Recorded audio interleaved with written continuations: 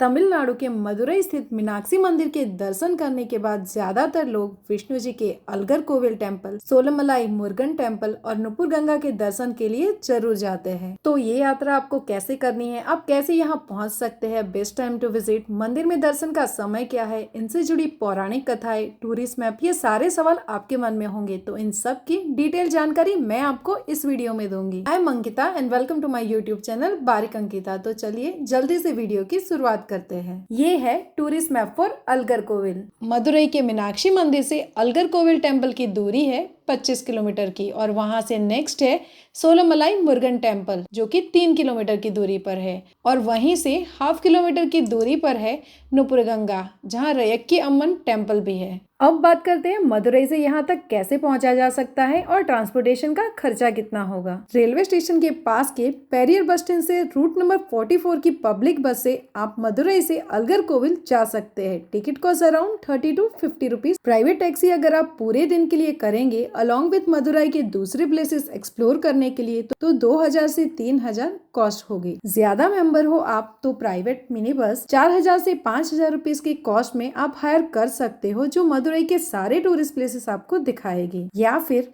अगर आप सोलो हो या 2 लोग हो तो आप स्कूटी या बाइक भी रेंट पर ले सकते हैं 1500 से 1000 तक की कॉस्ट में। Next is where to stay. Alagar Kovil temple में कुछ आवास सुविधाएं है लेकिन मदुरई में रहना और एक दिन की यात्रा पर इस मंदिर को देखना सबसे अच्छा रहेगा। मदुरई में रेलवे स्टेशन के आसपास आपको 800 से 1500 तक के स्टे के ऑप्शन इजीली मिल जाएंगे। बाकी आप अपने बजट के हिसाब से कॉस्टली होटल में भी स्टे कर सकते हैं। नेक्स्ट है दर्शन टाइमिंग। अलगर कोविल मंदिर में दर्शन का समय सुबह 6 बजे से दोपहर 12:30 बजे तक का है। मंदिर शाम को 3:30 बजे से रात के 8 बजे तक दर्शन के लिए खुला रहता है। नेक्स्ट अलगर कोविल टेम्पल जाने का बेस्ट टाइम है अक्टूबर से मार्च मंथ तक का, क्योंकि इस दौरान तापमान सुखद होता है। अलगर कोविल टेम्पल में मनाए जाने वाले फेस्टिवल चित्रई फेस्टिवल, वैकुंठ एकादशी, ब्रह्मोत्सव, मार्गाजी उत्सव, Ramnavami, Deepavali and float festival. यहाँ का सबसे इम्पोर्टेंट फेस्टिवल है चित्रई फेस्टिवल जो अप्रैल मई में मनाया जाता है। नेक्स्ट चित्रई फेस्टिवल से जुड़ी पौराणिक कथा। भगवान विष्णु के अवतार अलगर देवी मीनाक्षी के भाई थे। जब उन्हें मीनाक्षी और सुंदरेश्वर शिव जी के विवाह का निमंत्रण मिलता है तो वो मदुरई जाने के लिए निकलते हैं। जब वो मदुरई पहुँचते हैं तब तक विवाह संपन्न हो चुका होता है। इस कारण से वे वैगई नदी के किनारे ही रुक जाते और विवाह में आगे नहीं जाते हैं। वह करुपारायर मंडपम लौटते हैं और फिर वह 10 अवतार लेते हैं। यह त्योहार के दौरान अलगर या विष्णु अपना रूप बदलकर कल्लार बन जाते हैं और मदुरई की यात्रा करते हैं। हर साल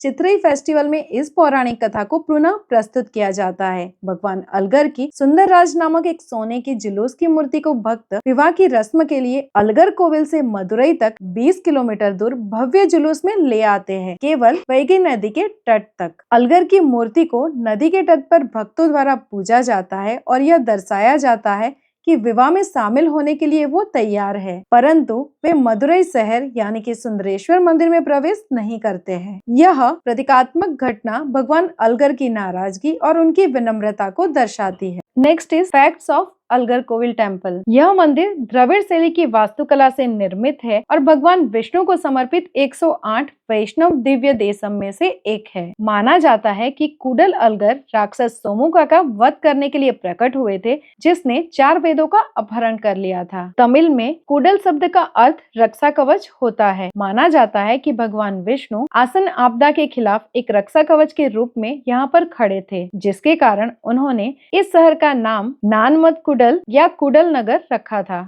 इस मंदिर को 300 साल बाद एक नई कार यानी कि रथ मिला था, जिसे 15 कारीगरों की एक टीम ने वैगई पेड़ की लकड़ी से बनाया था। इसका ट्रायल रन 6 जुलाई 2015 को आयोजित किया गया था। मंदिर में नवग्रह देवता है जो अन्यथा केवल शिव मंदिरों में पाए जाते हैं। मध्यकालीन काल के दौरान वैष्णव संस्कृति को दर्शाता है। मदुरई के शासक सत्यव्रत भगवान विष्णु के कट्टर भक्त थे। ऐसा माना जाता है कि एक बार भगवान विष्णु राजा को वेद पढ़ाने के लिए मछली मतलब कि मत्स्य अवतार के रूप में कृतिमाला नदी के बाहर आए थे। तब से पांड्या ने मछली को राज्य का प्रतीक बनाना शुरू कर दिया था। कथा के अनुसार पीठासीन देवता की पूजा मृत्यु के देवता यम के द्वारा की जाती है। उन्होंने विष्णु से उस स्थान पर रहने का अनुरोध किया और दिव्य वास्तुकार विश्वकर्मा की मदद से एक मंदिर का निर्माण किया था। मंदिर से जुड़े कई वाटर बॉडीज है, जैसे कि पांडवा, हनुमान, उत्तर नारायण, गरुड़। इन तालाबों के पानी से मुख्य देवता का अभिषेक किया जाता है। ऐसा माना जाता है कि अगर दूसरे स्रोतों से पानी का इस्तेमाल किया जाए, मूर्ति का रंग काला हो जाता है। माना जाता है कि मंदिर मूल रूप से पांड्या साम्राज्य द्वारा बनाया गया था। बाद में विजयनगर साम्राज्य और मदुरई के नायक राजाओं ने इसमें कुछ और चीजें जोड़ी, जैसे कि मंदिर के स्तंभों वाले कुछ हॉल। मंदिर का कल्याण मंडप नायक राजाओं द्वारा बनाया गया था। जैसे ही आप मेन गेट से प्रवेश करते हैं और लगभग 200 मीटर चलते हैं तो आप पहुंच जाएंगे अलगर कोविल के मुख्य गोपुरम यानी कि प्रवेश द्वार, जो 7 स्तरीय राजगोपुरम है, लेकिन ये हमेशा बंद रहता है, जिसमें शक्तिशाली करुप्पा स्वामी का मंदिर है, जो अय्यनार का एक रूप है मंदिर में, जो हमेशा ताले से बंद रहता है तथा इसे वर्ष में एक बार खोला जाता है ताकि भगवान विष्णु का चक्र वहां से गुजर सके। ऐसा माना जाता है कि करुप्पर उनके भीतर निवास करते हैं और इस मंदिर और आसपास के क्षेत्र पर नजर रखते हैं। इस दौरान लोग क्लोज द्वार को ही संरक्षण देवता के रूप में पूजते हैं। करुप्पर के उग्रम की गर्मी को कम करने के लिए वे दरवाजों पर चंदन का लेप लगाते हैं और लंबी जालीदार तलवारें चढ़ाते हैं। कुछ तलवारें मनुष्य की ऊंचाई से 2 गुनी भी होती है। यह दरवाजे स्थानीय पंचायत की सीट के रूप में कार्य करते हैं। जो लोग दरवाजे के आसपास झूठ बोलते हैं, उनका जीवन भगवान के क्रोध से नष्ट हो जाता है, ऐसा लोग मानते हैं। लोगों के आपराधिक मुद्दों को हल करने के लिए गांव वाले दरवाजे के सामने आरोपी से वादा करवाते हैं कि अगर उसने गलत काम किया है और दरवाजे के सामने मना कर दिया है तो करुप्पर उसे उसका सही फैसला सुनाएंगे। मंदिर के दरवाजे पर लाए गए ऐसे किसी भी मामले के लिए 6 रुपये का एक मामूली शुल्क लिया जाता है। दरवाजे के पीछे की सीढ़ियों को पतिनेत्तम पाड़ी करुप्पन अर्थात 18 सीढ़ियों पर रहने वाले काले देवता के रूप में पूजा जाता है। यह सदियों पुरानी प्रथा है जहाँ फेस्टिवल डायटी को भी दरवाजे से गुजरने की अनुमति नहीं है।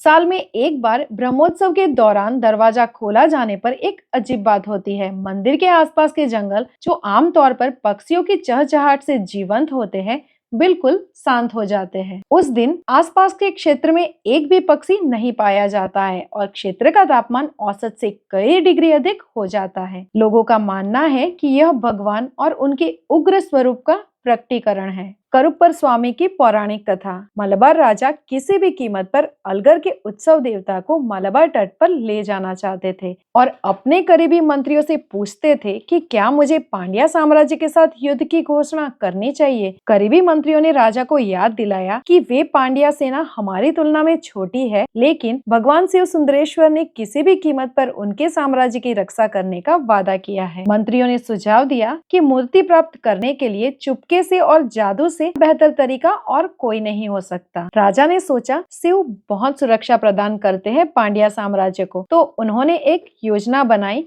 साम्राज्य के सबसे अच्छे तांत्रिक और जादूगरों को इकट्ठा किया। सुबह होने से पहले 2 दिन बाद जादू, तंत्र, धार्मिक अधिकार और युद्ध में कुशल 18 लोग गुप्त तरीके से पांड्या साम्राज्य की राजधानी मदुरई से होते हुए अलगर कोविल तक पहुँचे। उनके साथ मलाबार के संरक्षण देवता मलयाला करुप्पार भी थे। जब मंदिर के पुजारी अलग अलग मंदिरों को बंद कर रहे थे, तभी 18 लोगों ने अपने जादू और शक्ति से मंदिर पर हमला किया। हालांकि पुजारी इस तरह के हमले के लिए पूरी तरह से सुसज्जित थे। उन्होंने क्षेत्रपाल से मदद मांगी और भगवान का नाम जपते हुए वे मंदिर की रक्षा के लिए निकल पड़े। कुछ ही समय में 18 लोगों को उन्होंने जमीन पर मृत कर दिया। पुजारियों ने उन्हें अपनी जीत के प्रतीक के रूप में मुख्य द्वार के ठीक बाहर दफना दिया और उनके सामने एक शक्तिशाली आकृति प्रकट हुई मलयाला करुप्पार की, जो बहुत ही प्रभावित हुए अलगर कोविल के पुजारियों की निष्ठा और बहादुरी से मंदिर की रक्षा के लिए, और उन्होंने कहा उपहार के रूप में और एक चोर मिशन में सहायता करने के दंड के स्वरूप वह इस मंदिर की हमेशा रक्षा करेंगे इन 18 शवों के ऊपर और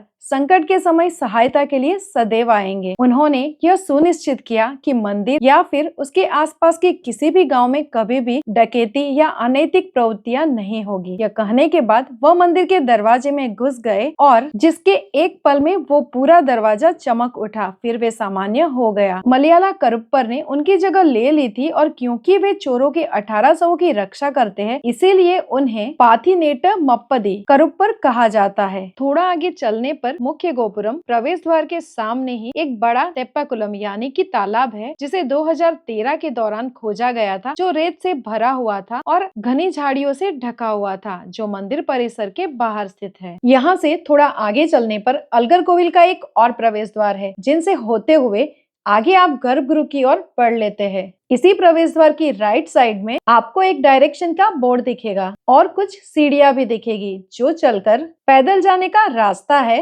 भगवान मुरुगन के 6 प्रमुख निवास स्थानों में से एक सोलामलाई मुरुगन टेम्पल और नुपुर गंगा तक जाने का। ये दोनों प्लेसेस पर आप मिनी बस स्टॉप से भी जा सकते हैं बस में, जो कि अलगरकोविल टेम्पल के पास ही बना हुआ है। मंदिर के गर्भगृह में फोटोग्राफी अलाउ नहीं है और मंदिर की ज्यादातर संरचना चट्टान की नींव पर बनी हुई है। और आगे गर्भगृह में एक विशाल खड़ी काले पत्थर की विष्णु की प्रतिमा है। केंद्रीय मंदिर में देवता विष्णु की 3 रूपों में बैठे, खड़े और लेटे हुए आसनों में छवियां है। विमान गर्भगृह के ऊपर स्थित मंदिर अष्टांग है, जो वास्तुकार विश्वकर्मा के द्वारा बनाया गया है और विमान की छाया जमीन पर नहीं पड़ती है कभी भी। कूडल अलगर की पत्नी मथुरावल्ली यानी कि माँ लक्ष्मी जी का मंदिर मुख्य मंदिर के दक्षिण में स्थित है। दर्शन के बाद नेक्स्ट आप दशावतारम हॉल में जा सकते हैं। दशावतारम की कथा विष्णु के 10 रूपों के 10 अवतारों के बारे में। नेक्स्ट है पजामुदिर सोलाईमलाई मुरुगन टेम्पल। प्रेम और युद्ध के देवता भगवान मुरुगन को स्कंद या कार्तिकेय भी कहा जाता है। यह उनके 6 निवास स्थानों में से एक है, जिसे अरुपदेय वेदु कहा जाता है, जो समुद्र तल से लगभग 1100 फीट की ऊपर जंगलों से घिरी एक पहाड़ की चोटी पर है। इसे सोलामलाई मुरुगन टेम्पल के नाम से भी जाना जाता है और मंदिर के पास से सिलंबर नदी बहती है। मान्यता के अनुसार यह जंगल देवी वल्ली का घर था। प्राचीन काल में भगवान मुरुगन के प्राथमिक हथियार पत्थर पर खुदी हुई वेल यानी कि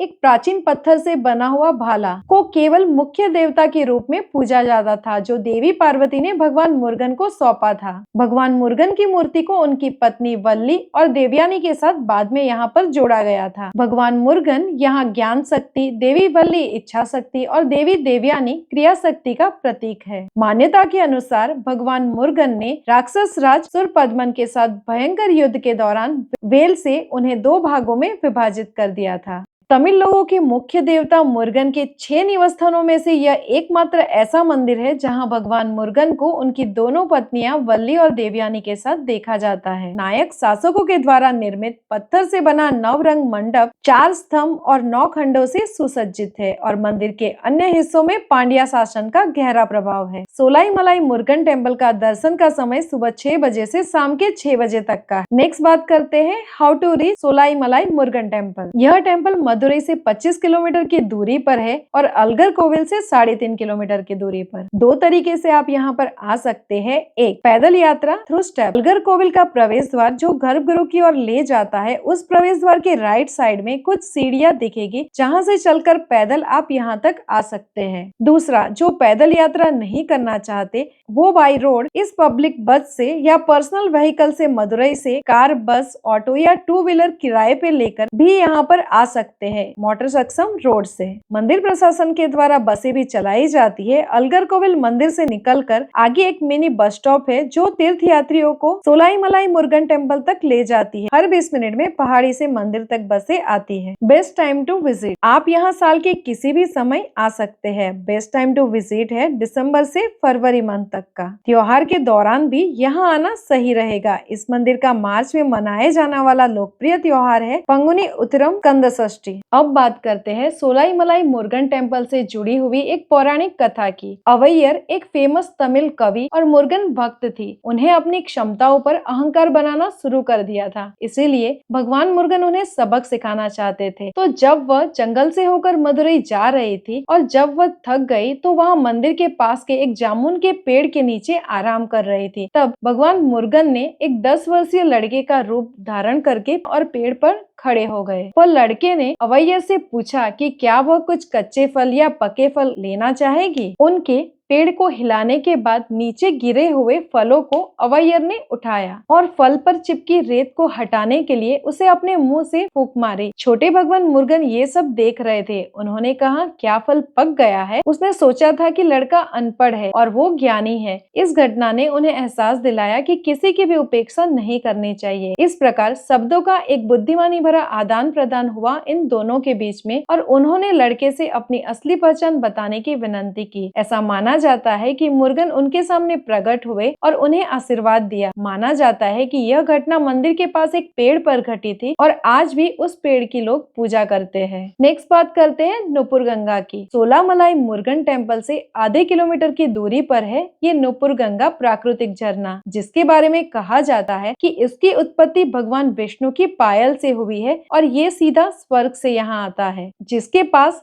राकई अमन को समर्पित एक मंदिर है। मंदिर में आने वाले तीर्थयात्री इस छोटे पवित्र झरने में डुबकी जरूर लगाते हैं। इस झरने का स्रोत अज्ञात है और यह रकई अमन के गर्भगृह से निकलता है। रकई अमन इस स्थान के सभी तीर्थों की रक्षक है, जिनको अंगिरस मुनि की पुत्री भी माना जाता है। अलगर कोविल में किए जाने वाले सारे अभिषेक इसी के पवित्र जल से किए जाते हैं। अगर अन्य कोई जल यूज किया जाता है तो मूर्ति ब्लैक हो जाती है और सोना नष्ट हो जाता है। इस मंदिर के पास सिलंबर नदी बहती है। यहाँ का मूलवबी के नाम से जाने वाला तालाब काफी रहस्यपूर्ण है, क्योंकि गर्मियों में इसका जल स्तर बढ़ जाता है और सर्दियों में गिर जाता है। कहा जाता है कि पवित्र सिद्ध अगस्त्य ने इस तालाब का निर्माण करवाया था। अब बात करते हैं नुपुर गंगा से जुड़ी पौराणिक कथा की। मान्यता के अनुसार ऋषि सुथापस अलगर पहाड़ी पर नुपुर गंगा में स्नान कर रहे थे और उन्होंने वहाँ से गुजर रहे ऋषि दुर्वासा पर ध्यान नहीं दिया। क्रोधित दुर्वासा ने सुथापस को श्राप दिया था कि वह तब तक मेढक बन जाएंगे जब तक कि सुंदरराज यानी कि अलगर कोविल उन्हें उनके श्राप से मुक्त नहीं कर देते हैं।